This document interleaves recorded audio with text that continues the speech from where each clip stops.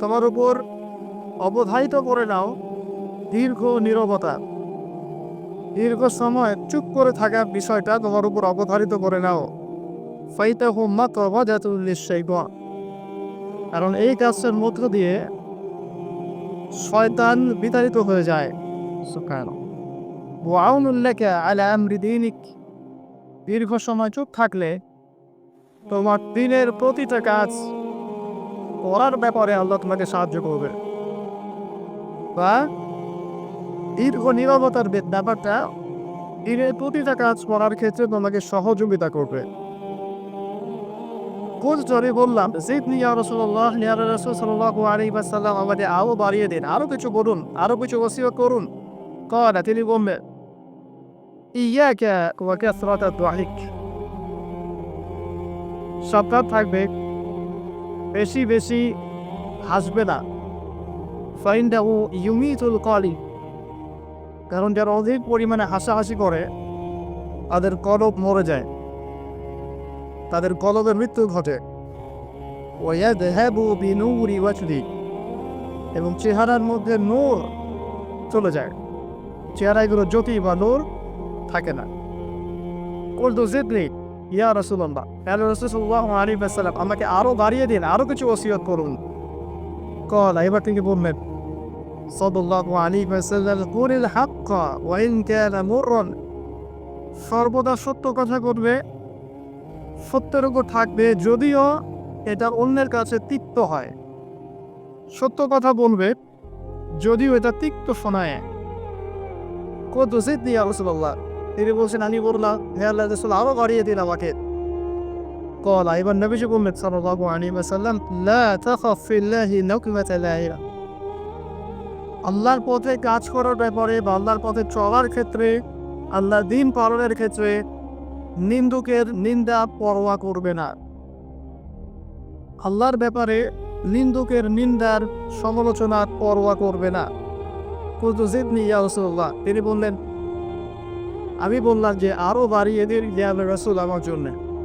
নবী করিম সাল্লাল্লাহু আলাইহি ওয়াসাল্লাম বললেন, ক্বাল লিয়াজুসকা আনিন নাস মা তা'লামু মিন নাফসিক, যখন মানুষের ব্যাপারে তোমার নেগেটিভ কোনো মন্তব্য করতে হয়, কারো ব্যাপারে যদি নিন্দা করতে চাও, এরকম ইচ্ছা জাগে মনের মধ্যে, তাহলে আগে চিন্তা করবে যে এই দোষটা তোমার মধ্যে আছে কিনা। অর্থাৎ নিজের নফসের খেয়ালটা তুমি আগে বেশি নিবে অন্যের নিন্দা করার আগে। রাওয়াহুল বাইহাকি, হাদিসটা এসেছে বাইহাকি শরীফের মধ্যে ফি শুআবুল ঈমান, এবং মিশকাতুল মাসাদিকের মধ্যে এসেছে হাদিসটা 414 এবং 415 পৃষ্ঠায়। অত্যন্ত চমৎকার একটা হাদিস। আজকে আমরা ইনশাআল্লাহ আযজা ওয়া জাল এই হাদিসটার উপরে সামান্য কিছু কথা বলে আমাদের আলোচনা শেষ করব ইনশাআল্লাহ তাআলা। আবু যর রাদিয়াল্লাহু আনহু একজন বিশিষ্ট সাহাবী, আপনারা জানেন, যার ব্যাপারে নবী করিম সাল্লাল্লাহু আলাইহি ওয়াসাল্লাম বলেছিলেন, আবু যর, তুমি খুব নরম মানুষ, তাই কখনো দায়িত্ব চেয়ে নিও না, কারণ তোমার উপরে যদি 2 জন মানুষের দায়িত্ব দেয়া হয়, তোমাকে যেন ছুরিবিহীন জবাই করে দেওয়া হবে। আবু যর রাদিয়াল্লাহু আনহু খুব আধ্যাত্মিক নরম মনের মানুষ ছিলেন। তিনি নবী সাল্লাল্লাহু আলাইহি ওয়াসাল্লামকে খাস করে বলছেন, এটা আমভাবে নয়, আমি যেমন আমভাবে সবার উদ্দেশ্যে কথাগুলো বলছি, এভাবে আমভাবে নবীজির এই কথাটা তাকে বলেন, বড় খাসভাবে বলেছেন, পার্সোনাল নসিহত, ইন্ডিভিজুয়ালি বলেছেন। তিনি বলছেন, হে আল্লাহর রাসূল, আমাকে কিছু নসিহত করো, কিছু ওসিয়ত করো। ওসিয়ত কি জিনিস? যেমন কেউ চলে যাওয়ার আগে ওসিয়ত করে, বাবা ইন্তেকাল করছে তার আগে ওসিয়ত করে, মাকে দেখিস, হ্যাঁ, বোনদেরকে খোঁজ খবর রাখিস, সন্তানদের ব্যাপারে খোঁজ খবর রাখিস, ইত্যাদি। ওসিয়ত করা মানে যে কথাগুলো আমরা অক্ষরে অক্ষরে পালন করতে চাই, প্রতিশ্রুতি ব্যক্ত করি, এরকম কথা কনভারসেশন। কিন্তু চিন্তা করে, নবী করিম সাল্লাল্লাহু আলাইহি ওয়াসাল্লাম যদি আমাকে খাস করে কোনো জায়গায় ডেকে এই কথাটা বলতেন, কেমন হতো? মনে করেন নবী সাল্লাল্লাহু আলাইহি ওয়াসাল্লাম জীবিত আছেন, বা আমরা তো সাক্ষাৎ পেয়েছি, আর আমরা কেউ একজন আমাদের মধ্যে গিয়ে বললেন, ইয়া রাসূলুল্লাহ, আমাকে কিছু নসিহত করেন। আমাকে খাস করে কিছু ওসিয়ত করেন, তখন এই ওসিয়তগুলো স্পেশ আউট হবে। এবং আপনি আমি কখনোই চাইবো না জীবন চলে গেলাম এগুলোর কোনো একটা আমরা ছেড়ে দেই, তাই না? আবু বকর রাদিয়াল্লাহু আনহু এই সুযোগটা নিয়েছেন। নবী সাল্লাল্লাহু আলাইহি ওয়াসাল্লাম বলছেন, প্রথম যে উসিকা বিতাকওয়াল্লাহ, আমি তোমাকে সর্বপ্রথম ওসিয়ত করছি তুমি আল্লাহকে ভয় করো। তাকওয়া কি জিনিস? নবীজি বলছেন ফাইন্নাহু আযয়ানু লিয়ামনিকা কুল্লি, এই তাকওয়াটাই সমস্ত কাজের সৌন্দর্য বর্ধন করবে তোমার জীবনে। তুমি যত কাজ করবে প্রত্যেকটা কাজ যদি আল্লাহকে ভয় করে করো, প্রত্যেকটা কাজ তোমার জীবনের সৌন্দর্য বর্ধন করবে ইনশাআল্লাহ তাআলা। খুব সংক্ষিপ্ত আকারে বলতে পারি, আল্লাহ রাব্বুল আলামিনের তাওহীদের সাথে কাউকে শরীক না করা, এক কথায় আল্লাহর সাথে শিরক না করার নাম তাকওয়া। ঠিক আছে? আল্লাহ এক, আল্লাহ অদ্বিতীয়, তিনি মহাবিশ্বের স্রষ্টা, আমাদের স্রষ্টা, সৃষ্টিকর্তা, মানবকর্তা, রিজিক দাতা, জীবন মৃত্যুর মালিক, বিধানদাতা। এই প্রত্যেকটা কনসেপ্ট আল্লাহর জন্য খাস করার নাম হচ্ছে তাওহীদ। এখানে যদি আমরা কাউকে সমকক্ষ দাঁড় করে তাহলে শিরক হয়ে যাবে। এই শিরকটা তিনভাবে হয়ে যায় রে। মানুষ চিন্তার ক্ষেত্রে শিরক করতে পারে। কেউ যদি মনে করে মহাবিশ্বের কোনো স্রষ্টা নাই তাহলে শিরক করবে।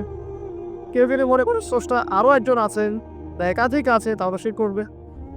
কেউ যদি মনে করে যে আল্লাহ ছাড়া কেউ ইবাদত পাওয়ার যোগ্য, আল্লাহ ছাড়া অন্য কাউকে সেজদা করা যায়, নাউজুবিল্লাহ, আল্লাহ ছাড়া কেউ প্রয়োজন পূরণ করতে পারে, কেউ সন্তান দিতে পারে, কেউ কল্যাণ করতে পারে, কেউ অকল্যাণ করতে পারে ইত্যাদি, বা আল্লাহ ছাড়া কেউ বিধান দেওয়ার মালিক, এরকম কনসেপ্ট যার মনের মধ্যে আছে এটা হচ্ছে আকীদাগত শিরক বা চিন্তাগত শিরক। আমি কি বোঝাতে পারছি? 2 নাম্বার কাজের শিরক, যেমন কেউ যদি আল্লাহকে সেজদা না করে অন্য কাউকে সেজদা করে, কর্মগত শিরক করেছে। আল্লাহ পাকের হালালকে কেউ যদি হারাম করে নেয়, কর্মগত শিরক করেছে। আল্লাহ পাকের হারামকে কেউ হালাল করে নেয়, কর্মগত শিরক করেছে।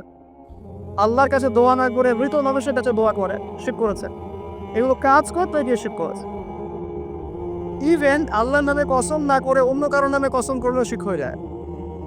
অনেক সময় আমরা হাতের মধ্যে রশি পড়ি, পাথর পড়ি, অনেক কিছুই পড়ি, আমাদের বিশ্বাস হয় এগুলো আমাদের উপকার করতে পারবে, অপকার করতে পারবে, তাহলে শিরক হয় না?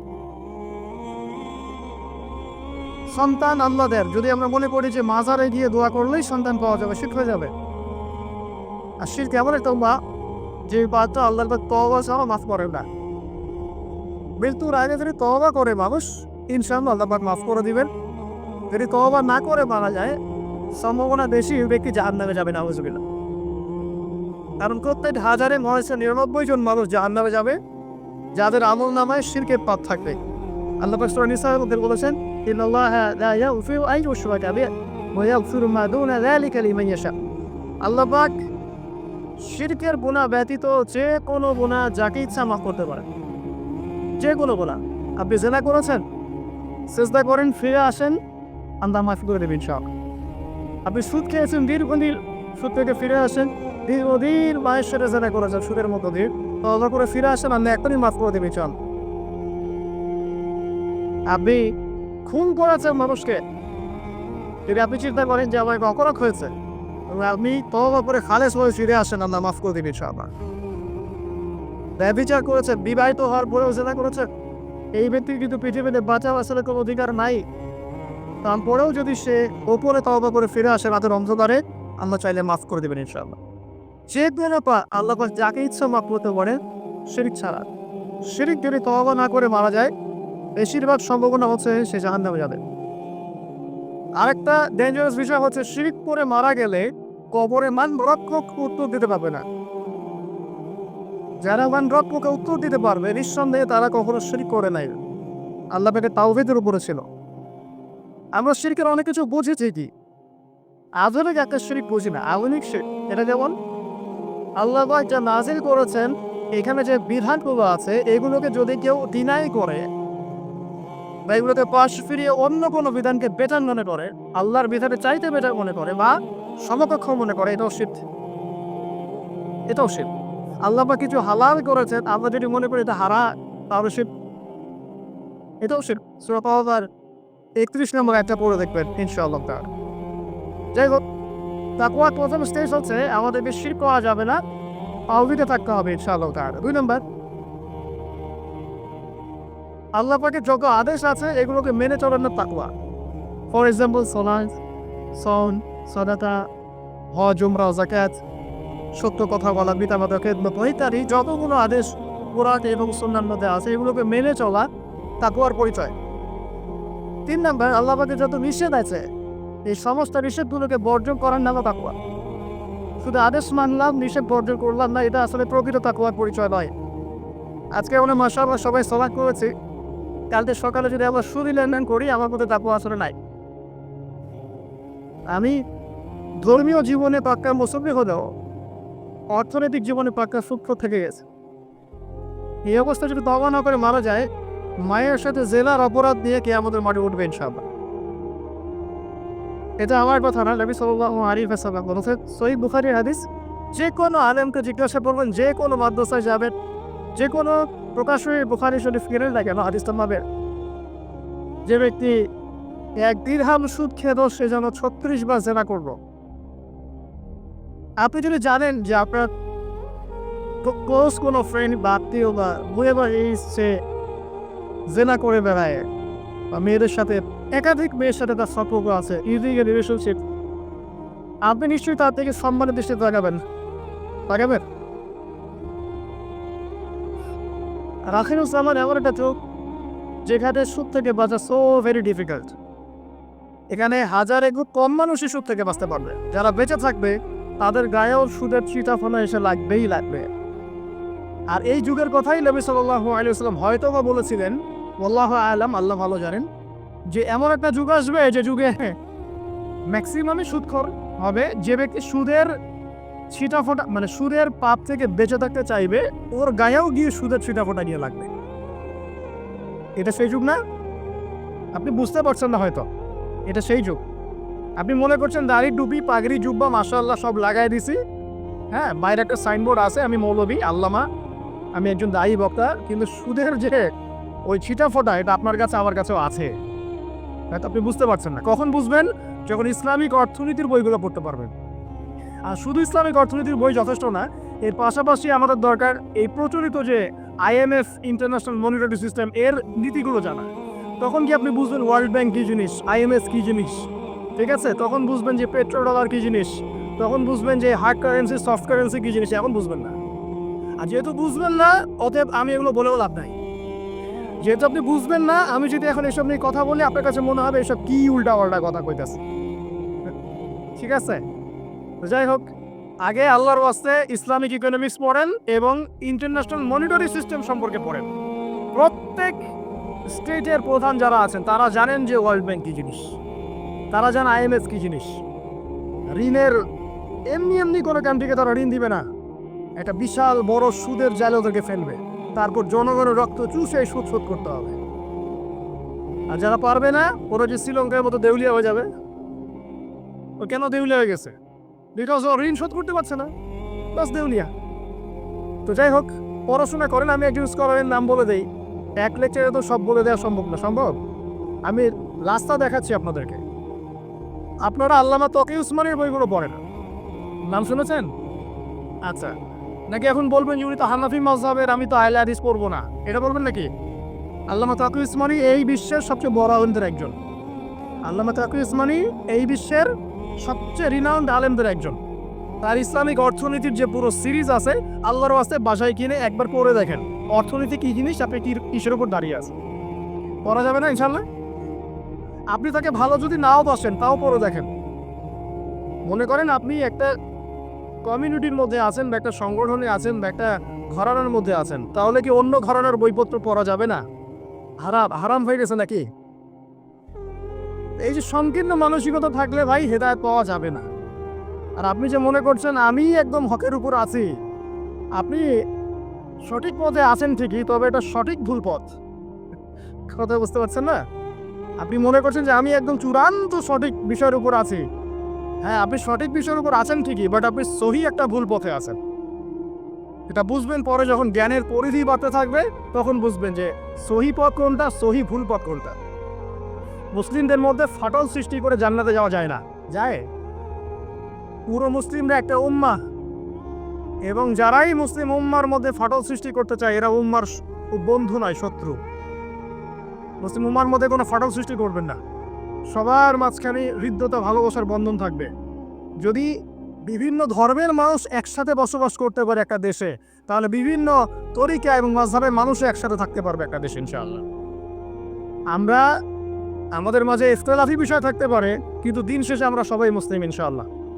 দিন শেষে ইসলামের জন্য দাঁড়াতে হলে দল মত মাযহাব তরিকা নির্বিশেষে সবাই একসাথে দাঁড়াবে ইনশাআল্লাহ। আল্লাহ পাক আমাদের হৃদয়টাকে প্রশস্ত করুন, আমিন। জাহেলিয়াতে 2 নম্বর সমস্যা ছিল রিবা। এই রিবা সম্পর্কে আগে বলি যে এখন আল্লাহ পাক কি বলেছেন। আল্লাহ পাক বলছেন যে ইয়ামহাকুল্লাহু রিবা ওয়া ইউরবিস সাদাকাত। আপনি যদি দান সদকা করেন, যাকাত দেন, যাকাত ভিত্তিক অর্থনীতি চালু করেন, আল্লাহ পাক আপনার সম্পদকে বাড়িয়ে দিবেন ইনশাআল্লাহ। আর আপনি যদি রিবার মধ্যে যান, আল্লাহর বক্তব্য হচ্ছে, এটা আমার কথা না, আল্লাহ পাক বলছেন আপনার সম্পদ সংকুচিত হয়ে আসবে। এখন আপনার ডিসিশন, আপনি কি করতে চান করতে পারেন, আমাদের কিচ্ছু বলার নাই। লাকুম দীনুকুম ওয়ালিয়া দিন, আপনার বুঝ আপনার, আপনার দিন আপনার, আমার দিন আমার। আল্লাহ বলছেন ফাযাক্কির ইন্নামা আনতা মুযাক্কির, উপদেশ দাও তুমি, তুমি উপদেশ দাতা। লাস্তা আলাইহিম বিমুসাইতির, কারো প্রতি তুমি দারোগা নও। আল্লাহ বলছেন আপনি সুদে থাকলে সম্পদ সংকুচিত হবে, যদি ছেড়ে দেন, যাকাত দেন, ব্যবসা ভিত্তিক ইকোনমি চালান, আপনার সম্পদ বাড়বে ইনশাআল্লাহ। কি করবেন, ডিসিশন কার? আপনার। আল্লাহ পাক বলছেন ইয়া আইয়ুহাল্লাযীনা আমানু, হে মুমিনগণ, ইত্তাকুল্লাহ। শোনেন ভাই, আল্লাহ বলছেন ইত্তাকুল্লাহ, তোমরা আল্লাহকে ভয় করো। ওয়া যারু মা বাকিয়া মিনার রিবা, সুদের